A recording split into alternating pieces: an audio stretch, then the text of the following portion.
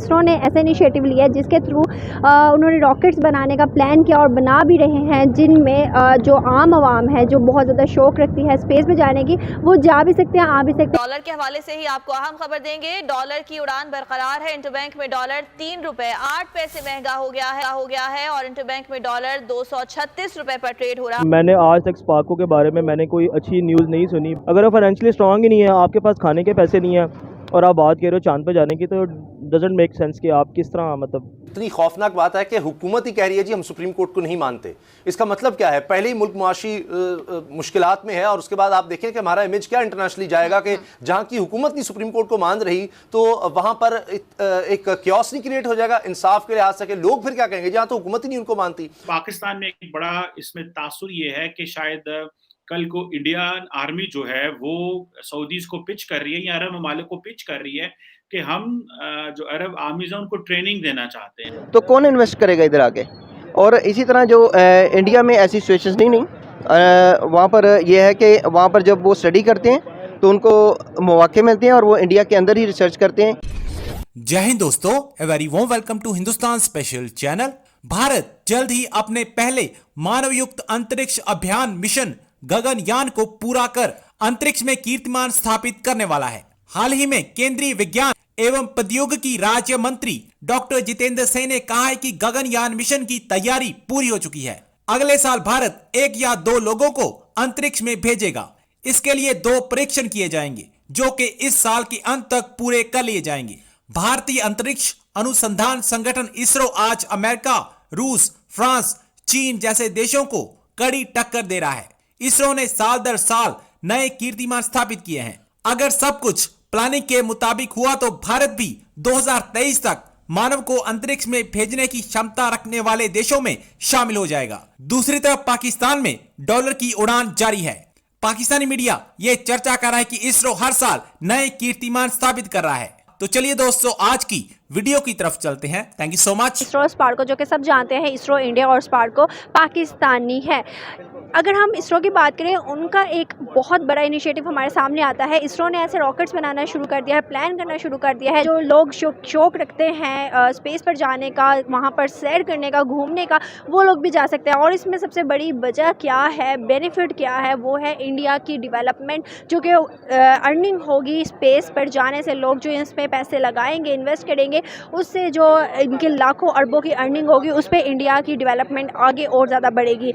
पाकिस्तान ऐसे इनिशिएटिव ले रहा है। इस स्पार्को को अगर हम देखते हैं, स्पार्को इस टाइम क्या काम कर रहा है, चाइना की मदद से हम रॉकेट्स भेजते हैं। खुद मुख्तारी हमारे में स्पेस को लेकर भी नहीं है। इसरो ने ऐसा इनिशिएटिव लिया है जिसके थ्रू उन्होंने रॉकेट्स बनाने का प्लान किया और बना भी रहे हैं, जिनमें जो आम आवाम है जो बहुत ज़्यादा शौक रखती है स्पेस में जाने की, वो जा भी सकते हैं, आ भी सकते हैं ईजीली। मतलब कि वो एक सैरो तफरी भी हो जाएगी और इससे बेनिफिट उनका ये है इंडिया में कि वो लाखों अरबों रुपए जो है वो इसके लिए कमा सकते हैं। आप क्या समझते हैं कि ये अच्छी चीज़ है? विद यू कि फर्स्ट ऑफ ऑल ये कि एस्ट्रो कभी भी सैरो तफरी के लिए नहीं बाहर जाते, ठीक है। उनके एक स्पेसिफिक उनकी एक उसके ऊपर होती है, आप कह लें कि स्टडी होती है, उनकी रिसर्च होती है, वो रिसर्च के लिए जाते हैं। कभी आपने सुना है कि एक बंदा सैर करने के लिए मरीख पे गया है? लेकिन जो शौक रखते हैं उनका पॉइंट ऑफ व्यू ये है कि जो लोग शौक रखते हैं स्पेस में जाने का, वो लोग जा सकते हैं और स्पेस की सैर करके आ सकते हैं। हाँ, इट्स अ गुड थिंग। अगर अच्छी बात है, अगर इतना इनिशिएटिव अगर हम लोग भी लेते हैं यहाँ पे, लाइक हमारी जो गवर्नमेंट है इसके ऊपर सोचती है, तो इट्स अ गुड थिंग, होना चाहिए। बट डिपेंड करता है कि आपकी गवर्नमेंट कितनी स्ट्रांग है, आप कितने स्ट्रांग हैं, आपकी सोशल लाइफ कितनी स्ट्रांग है, आप फाइनेंशियली कितने स्ट्रांग है। This is the main thing.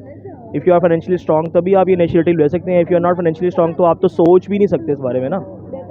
तो सर, आपको क्या लगता है कि अभी हमारे यहाँ पर स्पार्को की अगर बात करें, आपको क्या लगता है स्पार्को कितना काम कर रहा है? स्पार्को में अगर हम देखते हैं कि जितने भी रॉकेट्स जाते हैं ना, चाइना की मदद से जाते हैं। I didn't find anything about Sparco, honestly speaking, कि मैंने आज तक स्पार्को के बारे में मैंने कोई अच्छी न्यूज़ नहीं सुनी। बट अगर इस पर थोड़ी सी हमारी गवर्नमेंट या हमारा सोशल सेक्टर कोई इनिशिएटिव लेता है, इट्स अ गुड थिंग। मेरे ख्याल से बड़ा अच्छा इनिशिएटिव होगा और आई थिंक सो कि अच्छा एक अपॉर्चुनिटी मिलेगी लोकल जो हमारे जितने भी लोकल्स हैं, स्टूडेंट्स हैं, या जो शौक रखता है, जैसे आप बता रही हैं कि जिस बंदे को शौक है, तो मेरे ख्याल से it's a good thing. India की आप देखते हैं कि ग्रोथ रेट जो है बहुत ज़्यादा है, मतलब कि उनकी मार्केट बहुत बढ़िया, लेकिन साथ साथ उनकी इकोनॉमी जो है वो बहुत ज़्यादा स्टेबल है। लेकिन पाकिस्तान में आप देखते हैं कि ठीक है हमारी ग्रोथ रेट इतनी ज़्यादा नहीं है, लेकिन फिर भी हम कम मुल्क नहीं है, बहुत ज़्यादा हमारे भी यहाँ आबादी है, लेकिन इकोनॉमी जो है वो डे बाई डे जो गिरती जा रही है। क्या वजह लगती है आपको? लेकिन टाइम पीरियड हमारा एक ही है।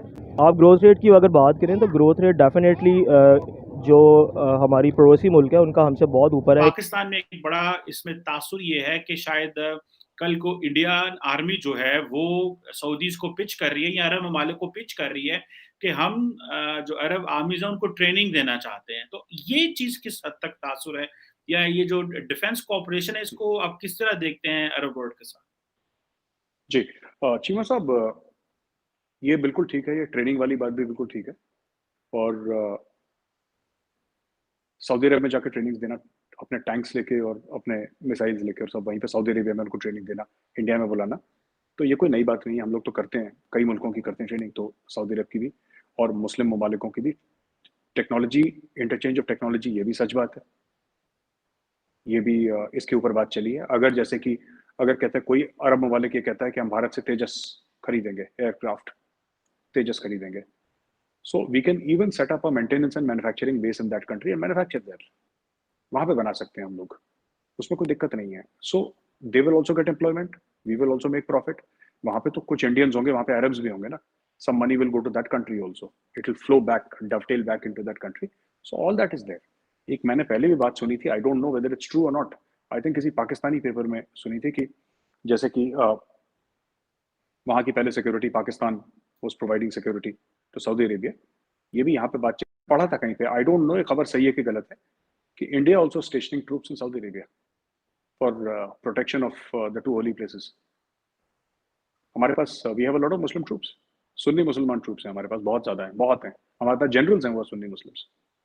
तो अगर इंडिया को ये है कि आपको 10, 15, 20, 25, 30 हजार बंदे डालने पड़े सऊदी अरेबिया, अगर ऐसी कुछ बात है, तो मुझे नहीं पता, I am not aware of such talks, but अगर है तो India can at a very very short notice put up entire armored regiments and entire air defense systems and entire this thing comprising solely of Muslim troops, solely of Sunni Muslim troops in Saudi Arabia at very short notice. मैं सवाल कह रहा था, बिल्कुल जो बस discussion conclude करने लगा हूं 1-2 मिनट में, 3 मिनट में। जी, मैं जो सवाल कर रहा था कि जिस तरह अभी आपने कहा है कि आप इजराइल, आप सऊदी अरब को रेजिमेंट्स ट्रांसफर कर सकते हैं, एयर डिफेंस मैकेनिज्म कर सकते हैं, क्या इंडिया ने कभी किसी और मुल्क में आज तक इस तरह जो मिलिट्री सपोर्ट भेजी है, या इस इंडिया के डिफेंस मैकेनिज्म में ऐसा कोई थॉट प्रोसेस है? हाँ बिल्कुल, हमने IPKF में thousands of troops भेजे थे Sri Lanka, Indian peace keeping force which was fighting against the LTT, ये हमने करा है। और हमने मालदीव्स में भी ऑपरेशन लॉन्च करा था, हमने 51 इंडिपेंडेंट पैरा ब्रिगेड में वो लॉन्च करा था मालदीव में ऑपरेशन, जो मालदीव्स में जब वो टेररिस्ट ने टेक ओवर कर दिया था, कि एक इंसर्जेंट रेबल ग्रुप ने टेक ओवर कर लिया था, तो then to free Maldives we have launched that operation. So India has had a past, तो इंडिया कर चुका है चीमा साहब पास्ट में ऐसा, तो ये कोई नया नहीं है इंडिया के लिए।